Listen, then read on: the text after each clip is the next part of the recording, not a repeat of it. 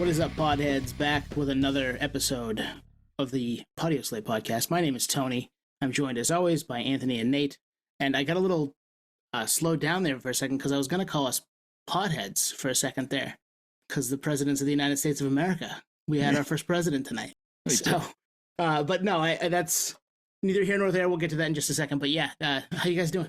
I'm doing great. Especially, we always say after we have a good interview, we're all kind of stoked. That wasn't even an interview. That was what you're going to hear with Chris was just a hang. It was four guys just hanging out like we'd known each other for years. Yep. Nerds at the bar, chilling. Although he's like an older nerd, so we're like geeking out with like our, We're guy all, like. It's all the same. I know, but still 2 classes above us. Like, oh, dude, tell us some stories about senior year when we were freshmen. Yeah. Yeah, there you go. No, but that was rad, man. It's always fun, like you said, doing interviews with people that you've just thought like that'd be cool to talk to that guy one day, and we actually pulled it off, and it was great, man. Talking to Chris was rad.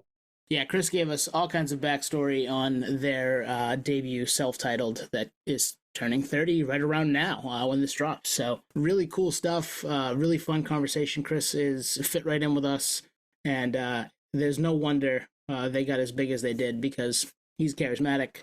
That band was awesome. It is awesome, and yeah, really fun combo.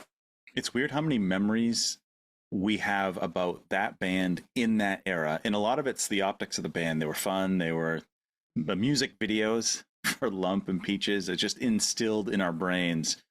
And listening back to it after all these years not only holds up, I think it's better than it was back in the day. Agreed. Yeah. And it sold 3 million copies. That's it was crazy. big. Yeah. 3 million copies, but he'll get into this later, but I feel like it's still a sliver of the 90s that like is special to like a certain group. And I think we're part of that group, and anyone that's obviously tuning in to listen. So check it out. This is Chris from Pot USA. All right, we're here with Chris Ballew. Chris, thanks for joining us on this fine evening. Thank you so much. It sounded like my name is Chris Ballew. Chris. Chris Ballew. Chris, Chris. Yeah. But thanks for having me, guys. I appreciate it. It's nice to be asked to be anywhere these days. I feel that. Yeah. Well, we were thinking you're the first president we've ever had on the podcast, so It's a true honor. It took us 5 years, but we got a president on. Mm-hmm. Congratulations. It's a big moment for us. I mean, we expected a little more fanfare from you on that, but We pride ourselves to not be political on the podcast, but we make an exception. Make an exception tonight. Yeah, exactly. Yep. Yeah, we chose that name, of course, because it was the most ludicrous name that we could attach to what we presented on stage, which is these 3 weird furry freak brother dorks trying to rock on weird instruments, and drummer has no cymbals, and that's why we picked that name, because it was just like, the highest office in the land and the dorkiest little trio you can imagine. So the vibration between the two made it work. It was tricky coming up with a name, though. We had a hard time. We had a deal where every time we rehearsed, which was not that often, every band member had to show up with 5 band name ideas. And there was no poo-pooing bad ones. Just listen, and we're just waiting for the hit when we'll know that's it. And session after session after session, nothing stuck. And then I went to a party one night, and there were a bunch of stoned hippies at this party, and one of them was a friend of mine, and I brought a guitar, and I was jamming with this drummer, and in between these jams for this about 15 or 20 stoned hippies, I was just saying band names, just making up whatever came off the top of my head. And the presidents of the United States of America was one of those, and the 15 stoned hippies laughed. Nice. So I thought, I'll throw it in for the next meeting. And lo and behold, I said it, and everybody, Dave and Jason, went, "That's it." Nice. Wow. You know what's funny, though? Because I used to write Pot USA on my notebooks in middle school and stuff like that. Yeah. The teachers be like, "We don't do marijuana, cannabis type stuff on our notebooks." I'm like, "Oh, it's not." Like, I didn't even know what cannabis or marijuana was. Yeah. Yeah, back in the old days, everyone was like, "Did you do that on purpose?" It's PUSA. Yeah, right. Oh man. No. President of the United States, of America, PUSA. Yeah, that works. Do you remember any of the other ones that were thrown away and never used? Oh God, The Electric Blueberries was one. Nice. Ooh. I think that's all I remember. No, That's I a don't good one. remember the other ones. We should have probably kept a Kept a record of log. the failures, Yeah. but Yeah. Electric Blueberries is good. I like that one. well, that was one I said that night with the Stoned Hippies, but it didn't get any response, so didn't make the cut. That could be your Chris Gaines alter ego, I feel like. Exactly.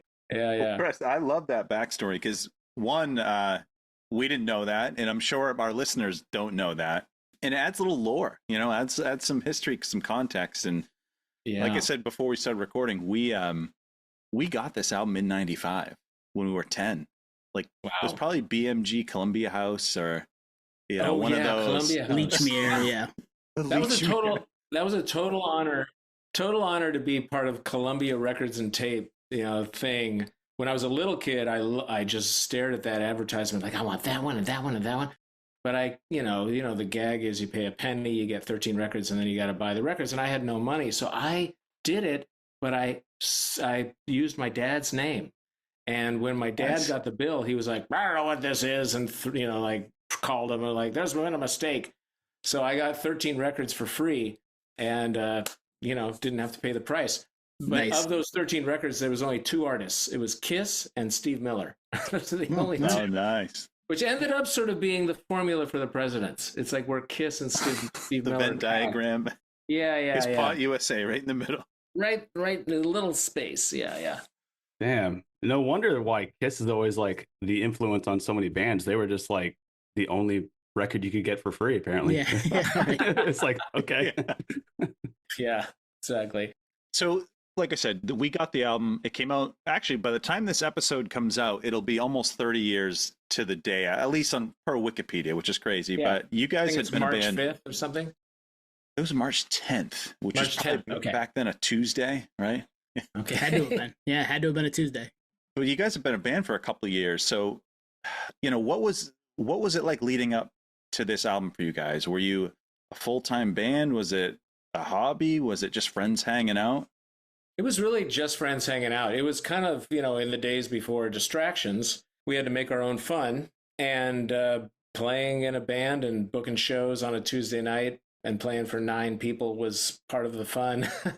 So, there were like barbecues in the backyard, smoking pot, watching Star Trek, and playing shows. And that was kind of all we did. That all sounds like fun, though. I'm into that. Yeah. It was all great. It was all fantastic. And it's really like, I was in Boston before I moved back to Seattle. I grew up in Seattle, went to the East Coast for college, and then after college went to in New York, and then went to Boston, and woke up one morning in Boston and went, what am I doing? It was winter. I'd been through already through 5 winters on the East Coast, and I was like, I got to get home. So I go home, and it was really just the feeling of being back in Seattle, the electricity of my childhood and the past and the beauty of it all. And it all just kind of got squozen into a ball of joy that became the songs that, propelled the presidents forward. So really it just started as an expression of just joy for being back in the Pacific Northwest. And Dave Dederer, he and I had been in a duo in the 80s called the Dukes of Pop, and we'd played coffee houses, open mics, and stuff like that. So he was the natural person that I called to see if he wanted to start a band. And so for a while, it was just me and Dave. And that was like fall of 93. And we played shows as the dynamic duo. And we played through a bass head that I brought back from Boston. And we didn't have, I brought the speaker from my speaker cabinet from Boston, but I didn't have room in the van for the whole speaker cabinet. So I just brought the speaker. So I got a big acoustic guitar case and cut a hole in it and put the speaker in it. So our shared speaker cabinet was an acoustic guitar case with a hole in it for the speaker. Nice. Wow. Yeah, and then one amp, an acoustic bass amp with no case on it, just the guts exposed. And we played a few shows, and then we also had a little side thing with this friend of mine from childhood, Dave Thiele. So it was me and Dave Dederer and Dave Thiele, and we played as Go with an exclamation point. Go! Nice. Not okay, go, just go. I was going to say, that's tough to market. Just go. Yeah. And we did a gig.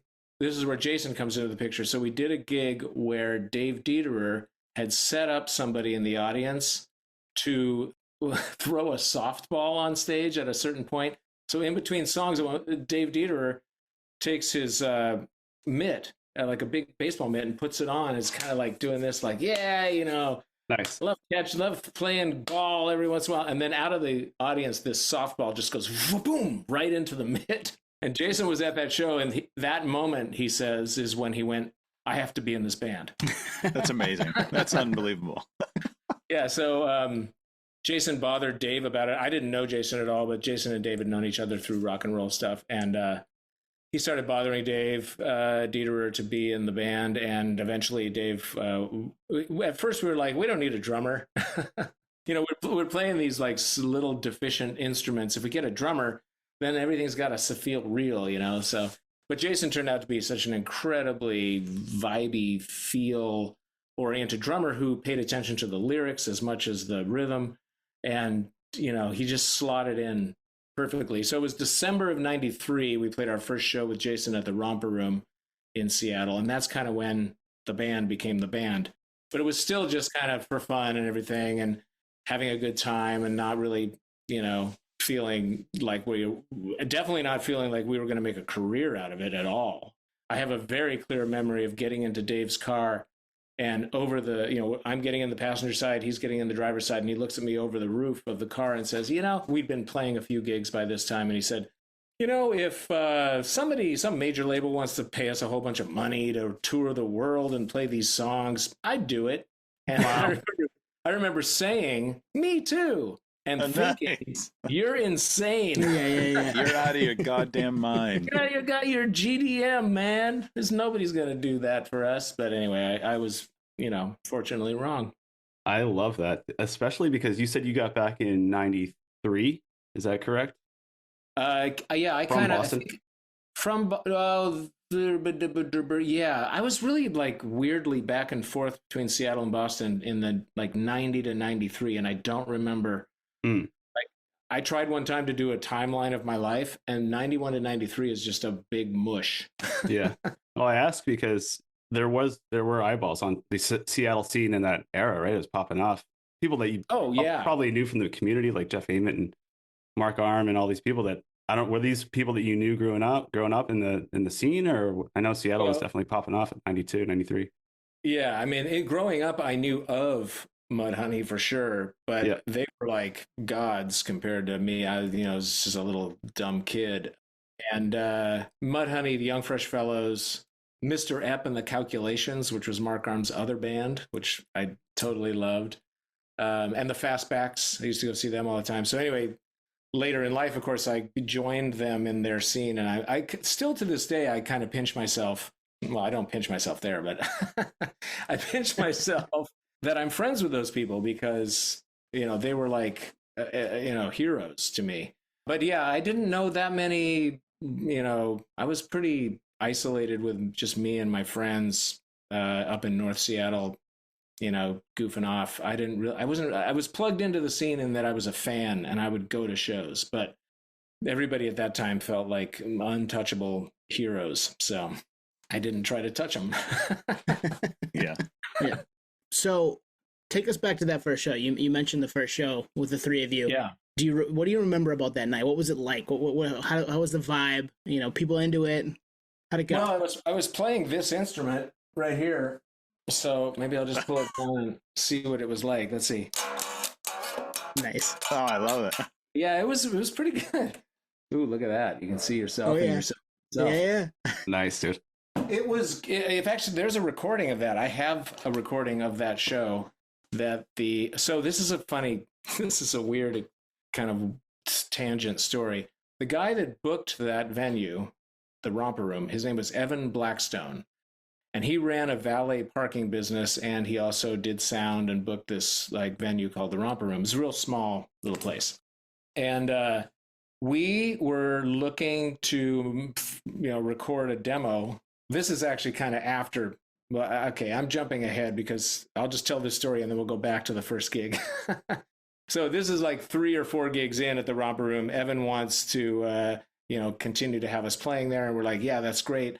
So we were friendly with him, and we were ready to make a demo tape. And we looked in the paper, and it said 12 hours of time for $350 at Laundry Room Studios.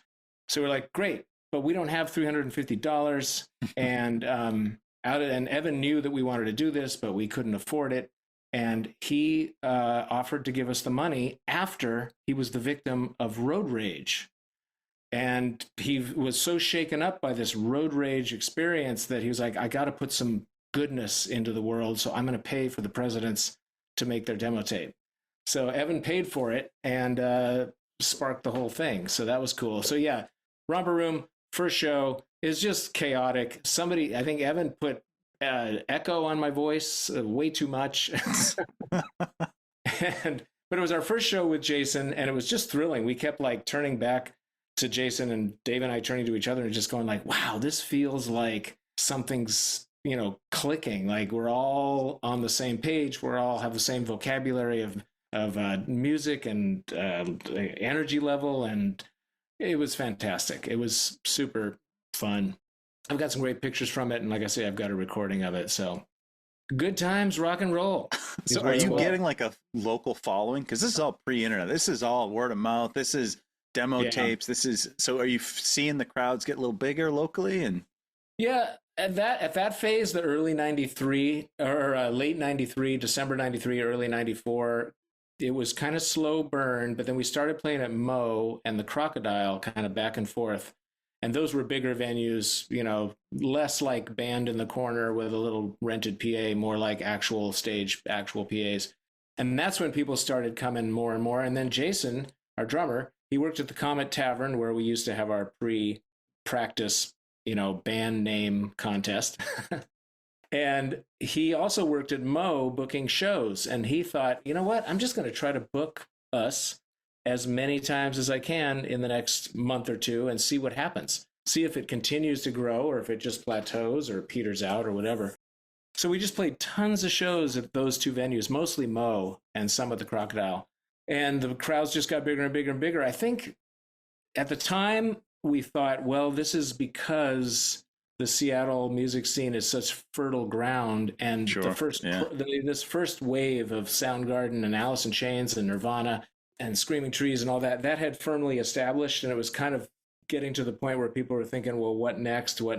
And we were, the what next kind of. But it was a great environment because fans were so excited to go see shows because they didn't know, they might be seeing the next big thing, right? So you could play on a Tuesday or a Thursday or at 9:00 and the place would be full because everyone's like, what's next?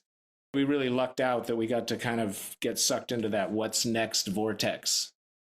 That's amazing. That's amazing. When you say Mo, is that more theater or is that a different spot? No, Mo, MOE. The more theater's big kind of seated, mid-sized seated theater. Okay. Yeah. And I guess second part to that, were some of these bands you mentioned, Screaming Trees, stuff like that, were you doing opening slots for these bands when they played local gigs or? No. So Mark Sandman, who turned me on to the two-string and was my kind of musical mentor back in Boston before I moved back to Seattle, one of the theories, one of the wisdoms he dropped on me was don't open for anybody. Just do your own shows. Oh, right on. If you have to do a show for 10 people, it's better than a show for 10,000 people that don't care about you. More soul nurturing and more fun and just more honest, I guess. So we didn't open up for anybody. Now we broke that rule very few times. So we broke it for Soundgarden, whose opening act in '96, Rocket from the Crypt, they couldn't make it all of a sudden. And so they called us. They were good friends. We were all friends by that time.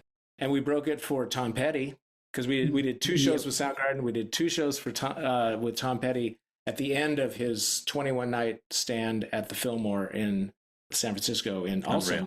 That's amazing. Yeah. yeah. And we were asked by all kinds of bands, like Kiss asked us, and I don't know, a bunch of bands. I can't remember them all, but Kiss and Steve Miller Band. You're two originals. Steve Miller. Yeah, right. Kiss. Yeah, it was tempting to open up for Kiss, but boy, I don't know. I think we would have been pelted with broken glass. That would have been a different crowd. Yeah. I'm choking up just thinking about it. I think we would have been pelted with broken glass or whatever. Yeah.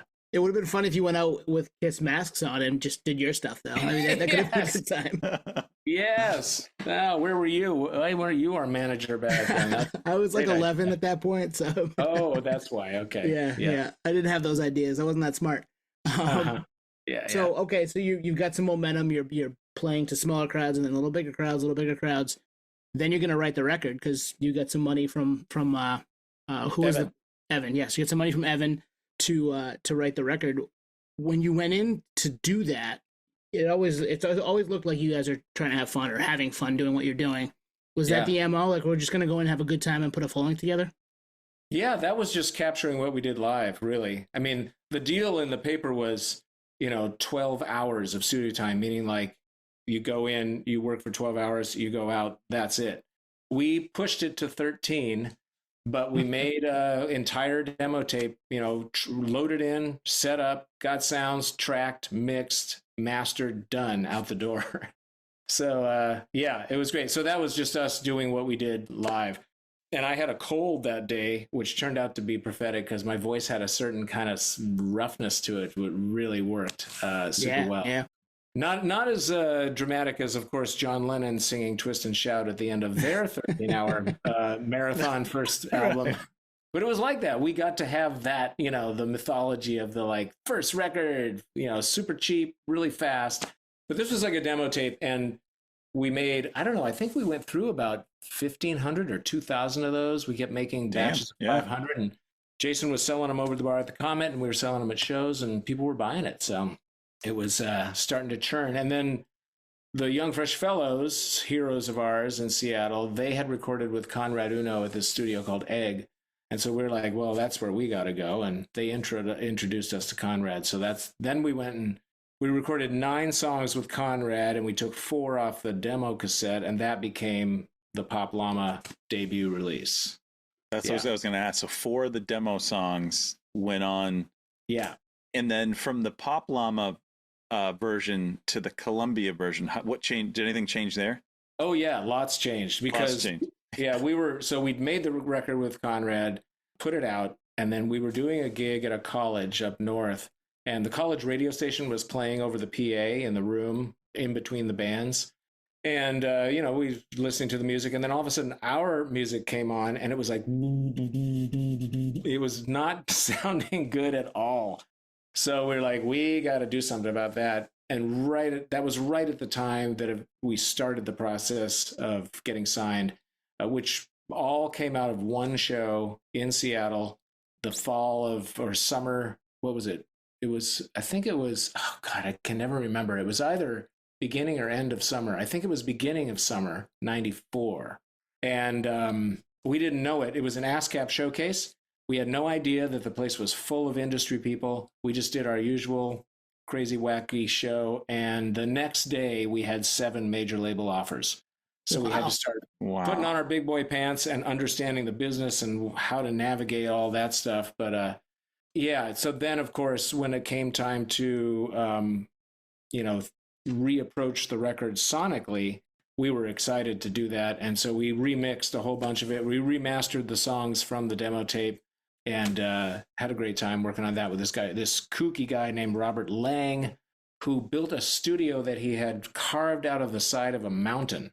Unreal. Holy shit. Wow. There were rooms in there that he was going to have big enough for like a tabernacle choir, but they were just dirt and planks and mud and water. It was, I could keep going, but during the construction of that studio, which he bathed in marble on the inside, he got a piece of marble that when he cracked it open, it looked like Jesus. And he toured all over the world with the Jesus marble. No way. Yeah. Wow.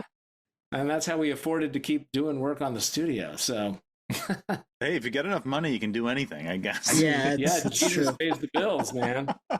Yep.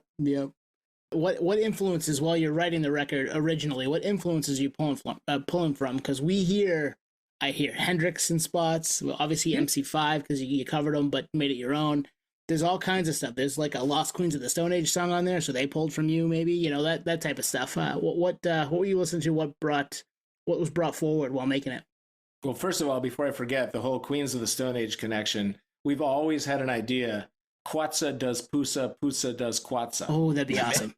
We make a That'd be record. The awesome. first side is the Queens of the Stone Age covering presidents. The second side is the presidents covering Queens of the Stone Age. That's a great idea. I love that idea. Have you talked to Josh about that? He lived in Seattle for I a don't while. know him. I've stood next to him. I'm like, there he is. Yeah, there he is. I've never talked to him, so no. Oh, I'm just man. out there. You never know. If you pitched it or someone pitched it, he might be up for that because Yeah. Could be good. So yeah, influences at the time of making the record, definitely MC5, the Stooges. I had really just discovered the MC5 and the Stooges after, late. So man, those just revolutionized. We used to cover TVI, our favorite Stooges song, all the time. Like at the end of a show when everything's crazy, we would just launch into TVI. And then, believe it or not, Lenny Kravitz was a huge influence at the time.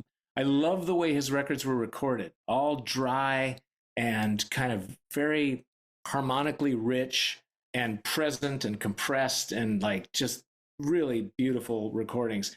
I wasn't as into the theme of his lyrics, but I thought, like, what if you could take the Lenny Kravitz vibration and then sing about frogs and kitties and peaches and monkeys? Yeah. What if you could take that vibe and add goofiness to it? And so the song on our debut record, Feather Pluckin', is me really just pulling from Lenny Kravitz's,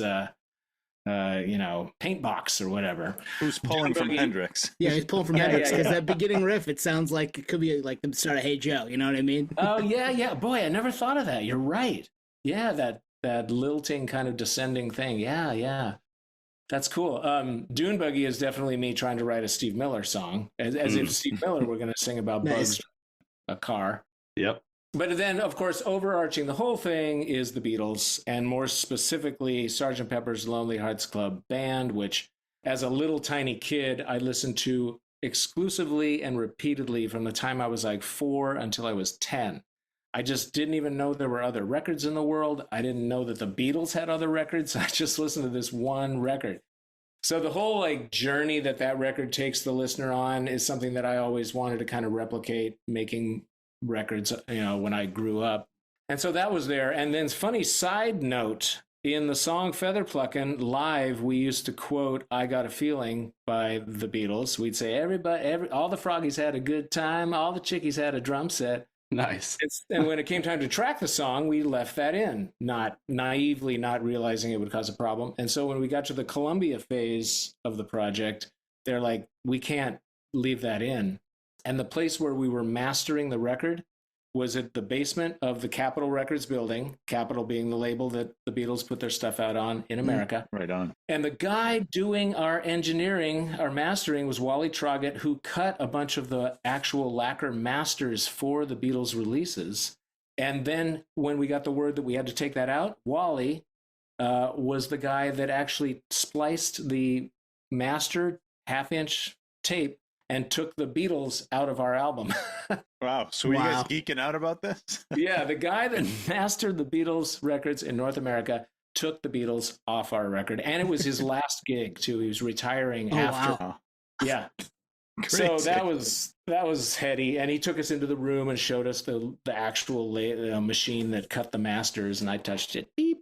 So, that was fun. Did you get to keep it, like frame it, take it home with you? Like it's like a tumor getting pulled out here. You get to keep it. Yeah, exactly. Yeah. No, Yeah, no, nothing like that. No. I'm not into collecting those kind of artifacts. Well, you have a song called Lump. I wasn't sure. We had to ask, Oh yeah. Now Lump was me trying to write a Buzzcock song. Oh wow. Yeah. Mach 5, when the second record, was me trying to write a Kiss song. And pretty much every song we had was me copying somebody else's vibes and making it my own. And when you play that, when you take your influence and play it through as 2-string, it ends up sounding fresh because it sounds weird because it's a 2-string. So that was my way of like wearing my influences on my sleeve without getting caught. Wow. Yeah. So the output was the output that most of us heard was the Columbia release, and it was Lump. If you're down to chat some songs, maybe start with Lump. Did you guys know it was a banger when you wrote it? No, actually, believe it or not, in our first few times playing it live, it went over like a lead balloon. It didn't do anything. Because Interesting. Wow. yeah, everybody was into all of our twangy, jumpy, back porch, boll weevil, dune buggy, feather plucking, kind of groovy, bouncy stuff. And this was more like da da taka taka, like a charger, hard charging. Oh well, at least the hardest we could charge. Well, I heard the demo version, and it sounds like you guys maybe sped it up from the demo, or maybe it was just louder.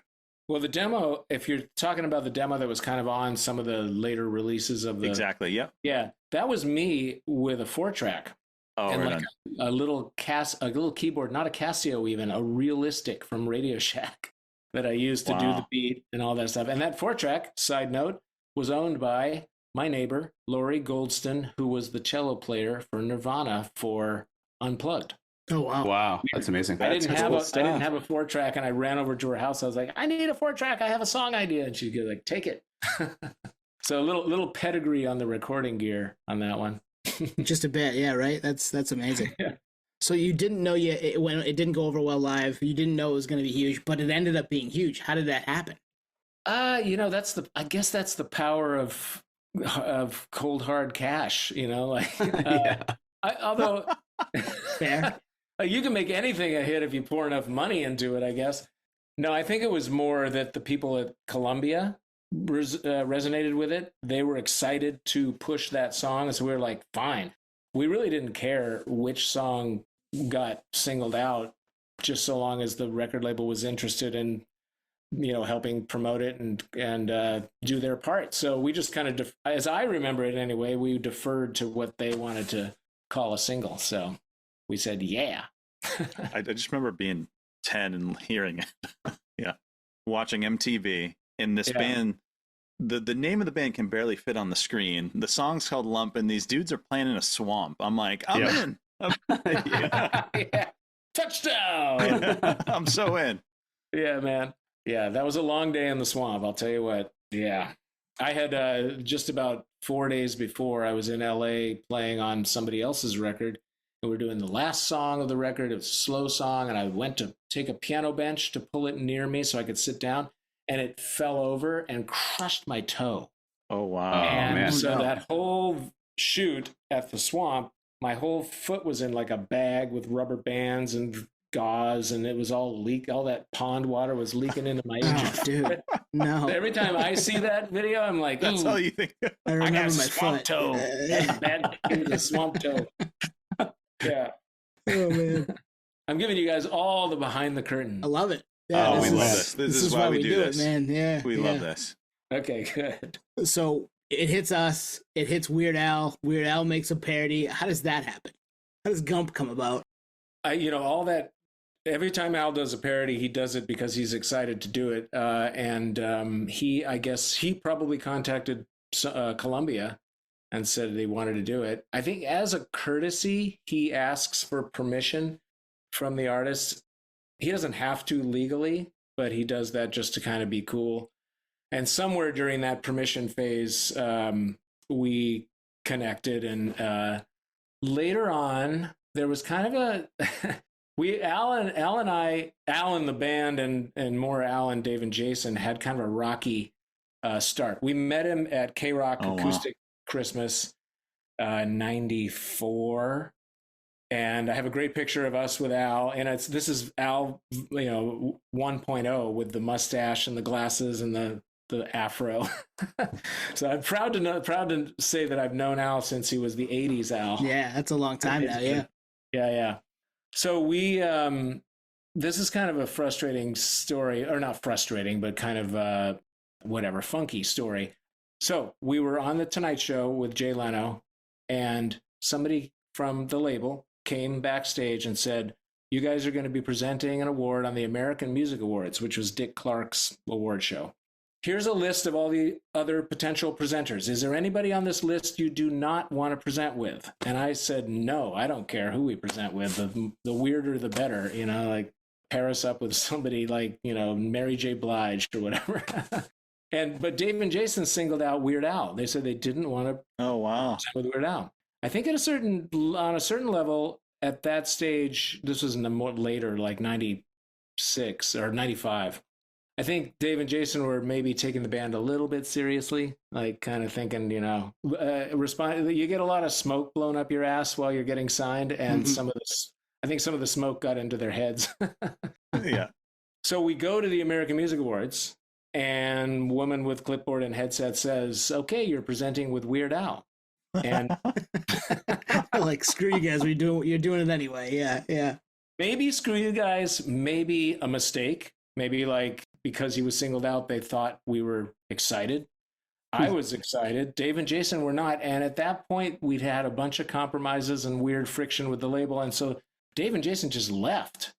And we're like, screw you, Dick Clark. We're out of here. And everybody's mad. And Dick Clark is mad. And I don't think Al knew about that, or I'm not sure. But after this whole show at the post party, I went up to Al, as I remember it, and I apologized. And, we hit it off right away. We got past any awkwardness there. And we're still friends to this day. And I see him every time I'm in LA, and I love him dearly. He's a fantastic man.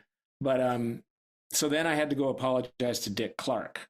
And so that was surreal because I grew up watching American Bandstand, like on Saturday morning. And here I am, like, I'm, expressing regret to the guy that I watched my entire childhood. But as I remember it, he was like, "Yeah, you'll never work in this town again, kid," or something. Oh, wow. No, I don't how think did so. I get here? How did this happen? I don't think that. But anyway, that kickstarted my still strong friendship with Al. He's a great, very sweet guy, very great storyteller, great listener, very talented human. Can't say enough about him. Yeah, no, he is. I saw him once here. We live in Maine. He played Portland probably 10 years ago. And the amount of set changes and costume changes, the guy works very hard at what he does, even though maybe he's not always coming up with the music, right? But he can come up with the music because he's that talented, so. Yeah, his originals are no joke. And his forensic eye or ear for recreating the backing music for his parodies is incredible. Oh, yeah. Yeah. Definitely. But yeah, to have Al play me in a video, it's just like, jaw droppage. I could not believe it, growing up watching MTV in the 80s with my buddy who I was in a band with, and we're just like, it was such another world, so impenetrable and away and elsewhere, Yeah, to have not only gotten my own band on there, but to have been parodied by him is just like, again, pinch me. Damn. Speaking of MTV, we're kind of all dating ourselves, I think, but we saw your band a lot on MTV on rotation. So Peaches was like, for us, like all-time friggin' video. Like that would come on and we were like, hell yeah, man, I can't wait to watch this. It seemed like you guys had a lot of fun making that video. Yeah, it really was fun. That video, well, both Lump and Peaches we did with Roman Coppola, who was Francis Ford Coppola's son. And these were his first, forays into directing and making something. Nice. And he was fantastic to work with. It was, the whole ninja thing was his idea. We had nothing. We got on a conference call with him, and we're like, all I had was, I want to be outside playing under a tree. And then he's like, how do you feel about getting attacked by ninjas? And I said, yes. Yeah. Something tells me that was maybe his cousin's idea, Nicolas Cage. Oh, yeah, maybe. Yeah. I remember Sofia Coppola showing up on set to take pictures of us for our website. She was like in charge of there was some game on our website where you could move our faces around, and she was in charge of that. But yeah, so the ninja thing was super fun. It was, very choppy. It's like, all right, this shot, you're just going to fly backwards into the thing. Now this shot, you're going to jump out of a tree, and then we're going to reverse it in the video. And so it was very choppy doing each little bit, but you knew that eventually it was going to come together. So it was really a fun puzzle to kind of put together. The big story from that day, though, was Dave and Jason and I each had a ninja assigned to us that we kind of worked out our moves with. Amazing. And, Dave's ninja was not good at pulling punches, and Dave actually got clocked in the face. Oh, no. Oh, man. Yeah. Ninjas were hot in the 90s because you had that Three Ninjas Three Ninjas movie. And yeah. That's probably why we yeah. liked it so much. Ninja Turtles. Yeah. The Ninja Turtles. Yeah, I think Roman Coppola said he was watching a fight sequence the night before we had the phone call, and he's just like, well, I guess I could try to make one of those for fun, so he was kind of experimenting on us. One, you guys are probably at that point now you're sick of doing videos because one of you gets hurt. You either break your toe or you get punched in the face, or that's right. Yeah, they're painful. Chris, one of my favorite songs on the album back in the 90s and to this day is "We're Not Gonna Make It," and I love the message. It's self-deprecating. Did you actually think that, like, hey, there's a million better bands with a million better songs? Like, did you actually think that? Yeah, that was the same frame of mind that I accessed when Dave over the hood of the car said I'd go on tour if a major label signed us. I said yes, but in my mind I thought, we're not gonna make it. No. That was one thing I loved to do, was take the one great song from a friend's band and perform it, like, give it legs, new life or whatever. So that was a song by a band that these guys I went to college with, called Tracy Lord's Ex-Lovers. And they were just a trashy punk rock band. Ben Reiser was the lead singer. He was a filmmaker. There was a bass player, and their secret weapon was their guitar player. This guy was super good, but everybody else, drummer, bass player, singer, terrible. Or aspirational. They really wanted to nail this thing, but they just were, it's just like this machine that was always falling apart. Anyway, that was for me, that was their signature song. It was perfect. So it was just the idea of keeping this song alive, and it definitely sort of advertised the core sort of, self-deprecation and reality that we were aware of, which is we're probably not going to make it. Love that song. Yeah, it always had a punk vibe. Like that was, I just love and I mean, I probably listened to it like 10 times in the last week, and I'm like, this song still rips. I love it.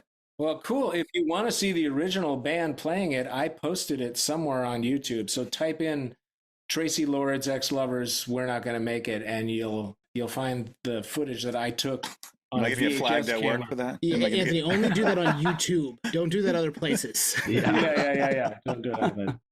Yeah. And another cool thing about that song on the record, I remember as a geek, we were talking about this pre-show, is like, we're all into like the behind the music thing, and like you guys kept like the producer's cut, like, no, do it again. I remember playing that in my Discman like 3 times, like, oh, it's so cool they left that in. Oh yeah. Yeah, I love the false start. Well, I had missed one little note, and I was like, oh, I know that's going to haunt me the whole time I'm playing this song. I'm going to be like, can I fix that? No. So I was just like, nope. So it wasn't forced. It was an actual mistake. Oh, wow. Awesome. Yeah. And then you can hear like there's a little skip in the bass in the back guitar, the 2-string as I started. So yeah, I just didn't want to think about my mistake the entire rest of the song. So I said, stop. Yeah. And now you're talking to 3 idiots from Maine about it 30 years later, which is pretty cool. Yeah. Well, at the time when I said stop, I'm like, someday I'm going to talk to 3 idiots from Maine about it. Absolutely. Hell yeah. So the album kicks off with Kitty, which is an all-time song. At 10 years old, we're like, I didn't know what to think. What's going on? Playing Super Nintendo in the basement. I had no idea what to think. How do you decide to open the record with that song? I don't really remember, but I think the theory at the time was you put your strongest song at 3 or 4, slot 3 or 4. The single should go there. And I know now, I think the deal is single first, right? Predominantly. But yeah, that was the theory. So I guess it hits the ground running in a cool way. It's just like, down, I get down, I get down, I get down it. Yeah, so love it. It's all time. It's a cool first song because it just wastes no time getting to it. And it's got dynamics, then it goes down. It sort of shows off the charging part of the band. It shows off the groovy kind of storytelling, minimalist, bluesy part of the band. So it kind of, like, here's what you're in for. That's exactly what when listening to it, I think this is what you're in for the rest of the record. Like, you're going to get all of these things that are in this one song on the rest of the record, which is cool. Yeah. Plus we say, fuck you in it. So yeah. Yeah. And now on the Pop Llama release, we beeped it, thinking it would be funny if we censored ourselves. Oh, wow. We spent like an hour trying to get the right beep and put it in there and everything. And then when Columbia signed us, they're like, you got to take that beep out. We need you to have a little bit of an edge. So speaking of Columbia, how did they take notice? Were they one of the 7 or 8 that was at the showcase or that show? Yeah, they were. Yeah, Josh Sarban was the guy's name that signed us, and he was the most sort of laid back, just for lack of a better word, cool guy that we liked. We liked him as a person. And out of the 7, we narrowed it down to Madonna's label, Maverick, and Columbia. It's a whole story. The interaction with Madonna was, again, like, pinch me. And especially like that when it's Madonna. Absolutely. But the guy that ran her label, we had sort of agreed to some deals with a couple local labels to do 7-inch singles. Just, low number run, just these artifact kind of things. And the guy that was running Maverick for Madonna didn't understand those singles. He thought they would take away from our album sales or something. And we're like, you just don't get it.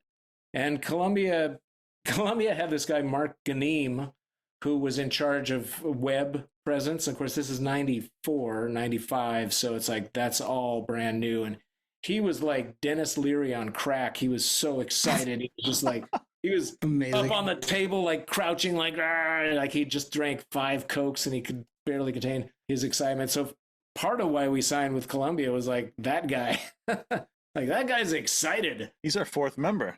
Yeah. And as I remember, we sort of saved Columbia's bottom line for that year. And so we were kind of kings of the roost. It turned out to be prophetic, of course, that we did not sign with Maverick, because while we were waiting for Madonna, who was late, of course, her assistant, Guy Osiri, played us a cassette of this new act that was just signed from Canada. Her name's Alanis Morissette. Check out this. So we're checking it out. Like, of course, at the time, we didn't think anything of it, but eventually, of course, she did sign with Maverick. And the story of Maverick was, female-owned label signs strong female artist, and it was had that kind of thing, and that's great. But we would have been a little satellite orbiting way out somewhere. So I remember, though, going to the Farmer's Daughter motel in LA after having all the meetings we could, and we just sat down and we're like, okay, we got to decide, Columbia or Maverick, what do we do? And it was just kind of by gut feeling we went with the big gun. And I'm glad we did, even though in the end they stole over $1 million from us. Oh, wow. Nice. Jesus. I know. Why? Yeah. Right. Yeah. So there. That's. I can ask you to go into that if you want to. That's You another certainly story. don't have to. Yeah. Could be a different story for a different time. I'll just mic drop right there. Boom. Yeah. So I guess before all this, obviously you're putting the record together. You end up being courted by majors. You sign to Columbia. Yeah. But before that, are you thinking we're going to tour on this? And then obviously once you're signed to Columbia, they're like, you're touring on this. You're going everywhere. So was there any thought to touring beforehand? No. Pre-Columbia. Wow. Well, now, I had done a little bit. I got hired by Beck to play in his band for his first 2 tours. And that was like, I think like February. I went down in February of 94 and I think did 1 tour and then another one. So I think I was gone from like February to like April or May playing with Beck. So I'd had a taste of touring. It was a comfortable taste. We never did the like broke down van. Actually, we later when we were more mature a little bit and we'd seen the bill for the tour bus, we did go out in little broke down vans because they were cheaper. And we were, as a band, we were always like, if we're going to do this, sacrifice our time and our lives and our relationships with our family and loved ones, we need to come home with money. So we were very bottom line oriented. We toured with like the band, a road tech / driver, and a tour manager, and that's it. Just 5 people at the most. Sometimes we only did 4. We had, the guy was like road manager and stage tech. Yeah, had to do it all. Yeah. And driver. And merch. Like, you got to go back and forth. Yeah, and merch. Yeah, exactly. So yeah, no, it's funny when you ask that. I can't remember specifically, but I feel like the idea of touring on the Pop Llama record was not an idea. It was just something to do regionally to kind of support playing more shows. So yeah, it wasn't until we got on the major that it was like, okay, time to go on tour. And I'd already gotten my feet wet with Beck, so I kind of knew what to expect. And Jason had been slogging it in a broke down van with Love Battery for years, and I guess Dave was the only road virgin. So I'm contractually obligated. These guys are going to laugh at me. When you were out with Beck, did he ever open for himself? Because he did when we saw him here in Maine about 10 years ago. He opened for himself. He's still one of the only artists I've ever seen open for themselves. Oh, you mean like he went out with an acoustic for a while? Yep. And then, yes, yeah. I think he did that toward the end of that second tour I was on with him. He's amazing. I fucking love Beck. Beck is so good. I love that we got someone else that can confirm this. Cause It's just been me saying it for the last month and a half. Oh, yeah. Well, what year was that when you saw him do that? Nate, you found the sub today. What year was that? 2013? I think it was 2012. Oh, boy, that's way later. Yeah.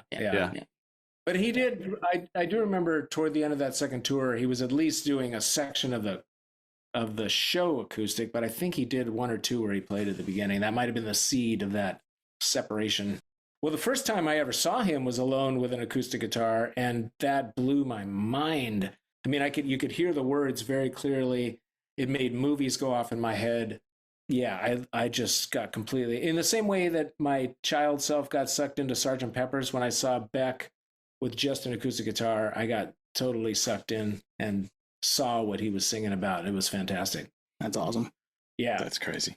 So the record's out, it's popping off. You clearly, from what I've gathered, you didn't know Lump was going to do what it did. I'm assuming the same with Peaches. This is probably blowing your skulls of how big you're getting. So what is it like in like peak Lump, peak Peaches era? Is it just, are you just along for the ride and you're just on wherever it takes you? Yeah, it was really all about the shows. Like for me, the best part of all that energy and all that attention was being able to stand up in front of more and more people and make them feel good, you know? And our attitude about performing was always like an invitation, like, come on, everybody, let's go together to this place where we can be happy. Instead of like, we require your worship for this to work. You know how some bands are like, you don't worship, it's not going to click. Kiss anybody?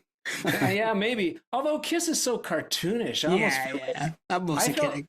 The band that personified that trait for me most was Oasis live. Oh, yeah. They sucked all the love out of the room for themselves. Now, I really love Oasis, actually, and I love Noel Gallagher's songwriting, but they were definitely a vortex of love destruction. Ooh, that's good. I might have to write a song. Save that. Vortex of Love Destruction. That was an alternate band name. Yeah. So just all that energy for me and for Dave and Jason too was all about getting to play bigger and bigger shows. But something shifts when you play bigger shows. A smaller show, say even like 200 people in a club, there's room for spontaneous improvisation, reacting to what the crowd does, or people yell things and you can kind of work it into a song or respond to them. You get up to a certain level, like in the 1,000, 2,000, 3,000, up to like festivals where there was like 10,000 people. And it's really more about cranking up the machine and hitting all your cues and getting all the songs to project to the back row. And that's not as fun. So the very most important thing that we benefited from the attention started to morph and change and not be as personal and not as much like connection. And you look down at the audience when we were doing small shows and they were dorks like us. And then we looked down after all the attention and the MTV kind of machine had, massaged us. And it's a lot of people who look like they would have beat me up in high school. Yeah, and their girlfriends who have no shirts on because they're going, yay, and showing us their little boobies. Yep. Which wasn't the worst thing in the world. Yeah, right. That's all right. Yeah. We would do Naked and Famous, and there would be like dozens of boobs out. So I knew I liked that song. I knew there's a reason why. I'm not complaining, but it was also sort of almost like, back then, there were enough videos on MTV or footage available of how to act. Like the audience learned how to be at a show from like a Pearl Jam video or whatever, So there was a performance. They were doing kind of a performance of a grunge crowd. And that was funny and cool in a way. But then it was also like, we'd be playing Dune Buggy like this dumb little song about driving a car, and they're still moshing, and like showing up their moves, and and going like, yeah, rock, yeah. So it got a little performative, I guess, is the way to like at a transaction. Yeah. Yeah, I can feel that. Yeah. What you were talking about, like the venue sizes. Yeah. I think that goes both ways for fans in the audience. Well, maybe not everyone. I think maybe some people love stadium shows. I don't know. But for me, like I worked at clubs and theaters and arenas, and I really didn't like the arena thing at all. The club I really liked, and the mid-sized venue was probably my favorite, like the 2,000 to 3,000 cap. So I think what you're talking about, that connection as an artist, but also as a fan, and even for me, the staff, like that's the sweet spot, that 2,000 to 3 capper. Yeah. Because it was such a peak moment, like this album that you put out after all this work and whatever.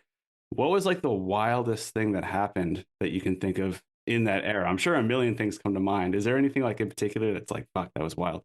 You mean after signing with Columbia and all, and just as a result of the fame, being on MTV, like, It kind of spiked my interest with, like, you said you were playing those festivals. I'm like, man, it must have been just wild. It's not that wild. That's the thing. Oh, you're crushing my dreams, Chris. I know. But it's a lot of like lukewarm deli meat and like cheese that's kind of sagging. Yeah, it's been sitting out all day. Yeah, and some bread and some grapes and everybody trying to like catch some rest where they can on a couch with a towel over your head.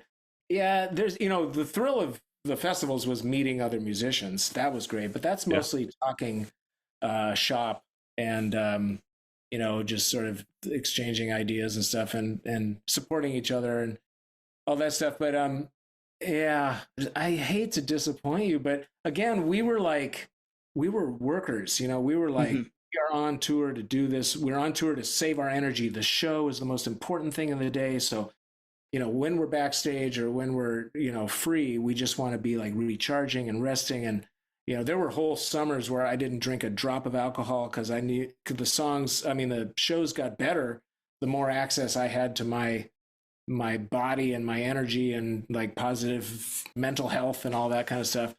So yeah, we were workers, man. We wanted to work and do the best job we could. So not a lot of crazy stuff. I mean, the crazier stuff happened later after Dave quit and Andrew was our guitar player, because we used to call him the cord sometimes, which means just spinal cord, because he would party so hard he would just turn into a spinal cord. Oh wow. Oh man. I did do one crazy thing, not during the 90s, but during this other part in the 2000s and the 20 teens.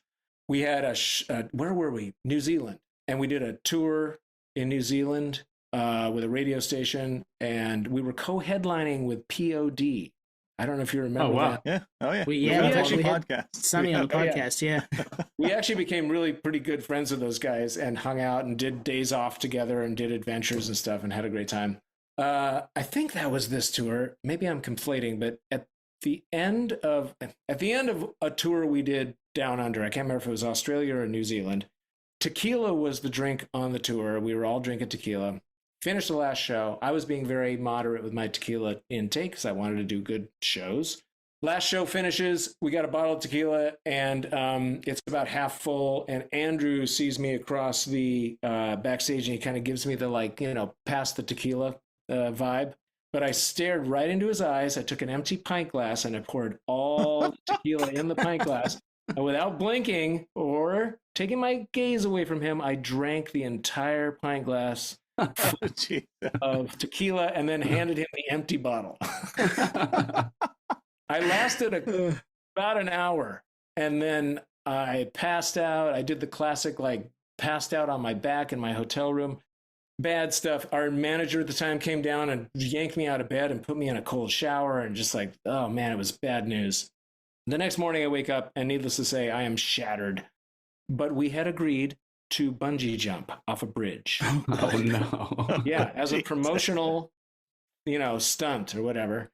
And I was like, fine, here we go. Everybody's excited to bungee jump. Dave and Andrew and Jason are really excited. And we get there, we start walking up the span under this bridge on this catwalk and getting up to it. And as we walk, Dave and Andrew are like, I don't want to do it. This is crazy, man. This is like, it wasn't the Sydney Harbor Bridge, but it was a similar bridge. And so I'm like, I don't know how this is going to go. We get all the way up there, and somebody overhears that I have a hangover, and they're like, you got to do it, because if you bungee jump with a hangover, the adrenaline kills the hangover. And so I was like, great. And they measured me for the bungee thing. They said, all right, we're going to count down from 3, 2, 1, go. If you don't go the first time, you will never go, because your like reptilian brain will kick in and try to save Tell you, no, we're not doing this. Yeah, you're not doing this. So 3, 2, 1, go. I went. I blacked out because it was so extreme and bizarre. I kind of came to at the top of the first, bounce and settled, and then they pulled me back up. And lo and behold, the hangover was gone. There it is. Hangover It totally cure. worked. I always thought the cure know. was a greasy sandwich and Pedialyte. Well, maybe you want to be eating that while you bungee jump. But the trick is, it worked, but it worked for 3 hours, and then everything came crashing back. Oh, wow. Oh, man. Yeah, so that wasn't 90s era wild, because we really didn't have 90s era wild, but the second chapter was more replete with wildness. Yeah, so that's not I'm not proud of that. Yeah, really. it happens. It happens. I was just following the handbook, the rock and roll, handbook. Yeah, yeah. And you did it like one time. You're like, you didn't drink it all. And you're like, all right, I'm going to do this one time. Yeah, I only had one drink. I mean, Yeah, exactly. So, all right, let's land the plane here. Looking back on it, 30 years since it dropped, how do you feel today, looking back on it? Extremely proud. awesome. I love it. I love the album. There was never, ever a time when I performed Lump where I was not anywhere but exactly centered and present and excited as if it was the first time we were playing it. It was phenomenal. That song never wore out for me. Yeah, all the songs on the record I just adore, and it's a great snapshot of my life and that time, and it's a great snapshot of other people's lives and that time. And I love that we, as a rule, don't show up on like the 100 greatest songs of the 90s or the 50 top bands from MTV in 1995. Like very specific, where you think we're going to be. But I cherish that in a way as the strength of being only relevant to those that loved us and got it. Like I think we're still kind of like a diamond in a dog poo, and when people find it, they're like, what is this? Yeah. So I love that. I love that we got to be in that sort of tornado of fame and all that stuff, but it really felt unsafe and not a place where I really wanted to make a home. There's a metaphor I always thought about, which is like, when I was a kid, I thought getting famous means the velvet rope gets pulled aside and you get into the room. And in the room, everyone else is there too, and they're famous, and everybody loves you, and it's wonderful and everything.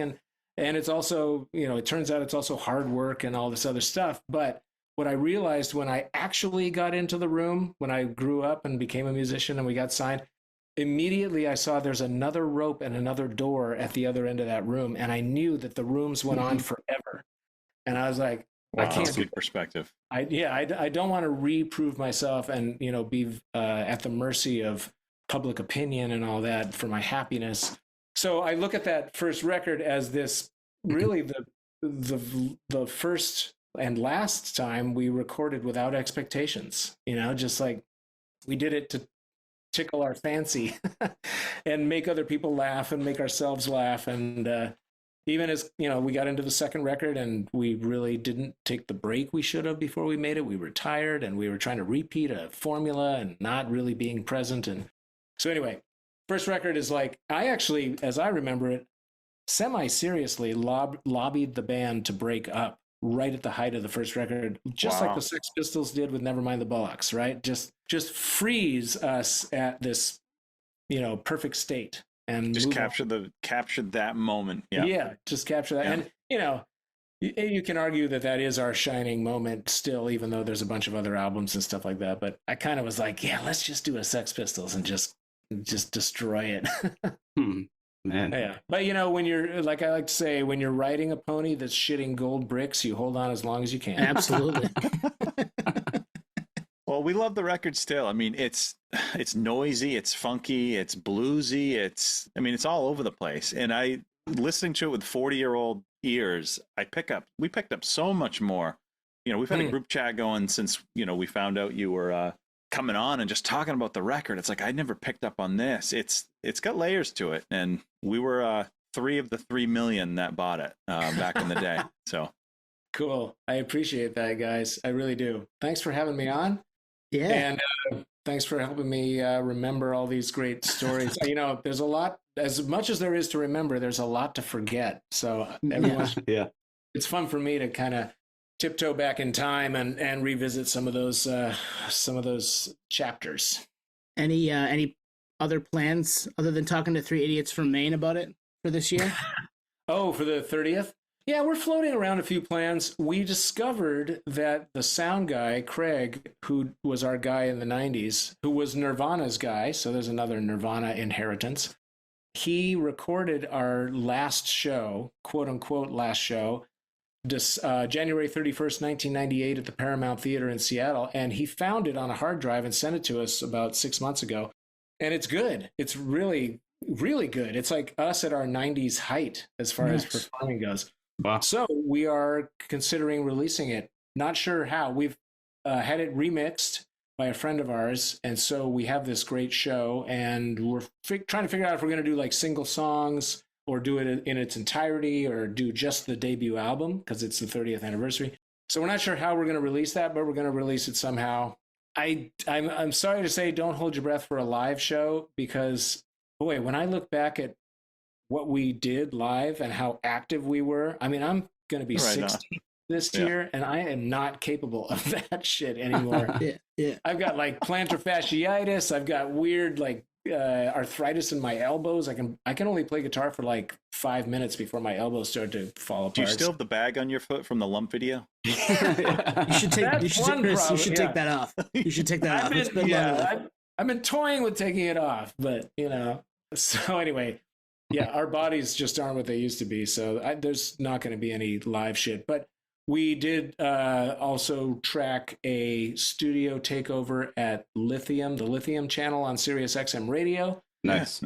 On March 17th, which I think is something. I can't remember. Was it March 17th? Yeah, I think it's March 17th from 5 to 9 or something. Anyway, if you care, you'll find it, but we're going to DJ on Lithium. So we're doing little promotional things like that, but we don't. Yeah. So there you go.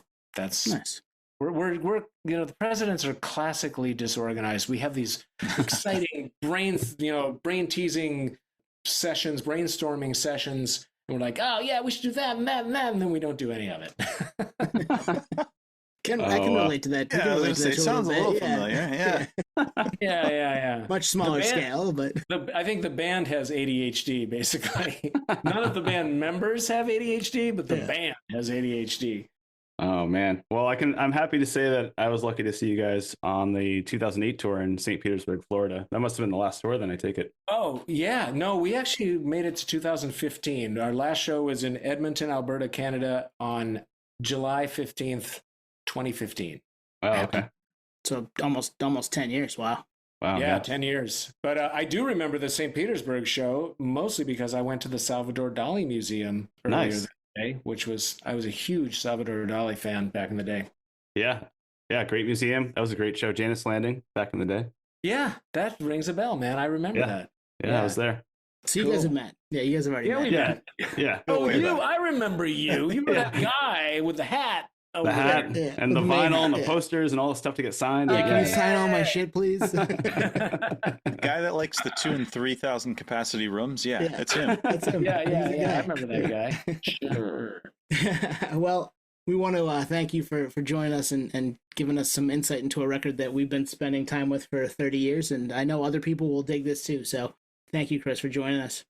My pleasure. I do really appreciate being asked to do this kind of stuff and hope people still enjoy the record. And if anybody's interested, I've got new music that I'm calling Pop Cosmic, and it is out. It's not the name of the band. That's just the genre. It's under my name, Chris Ballew.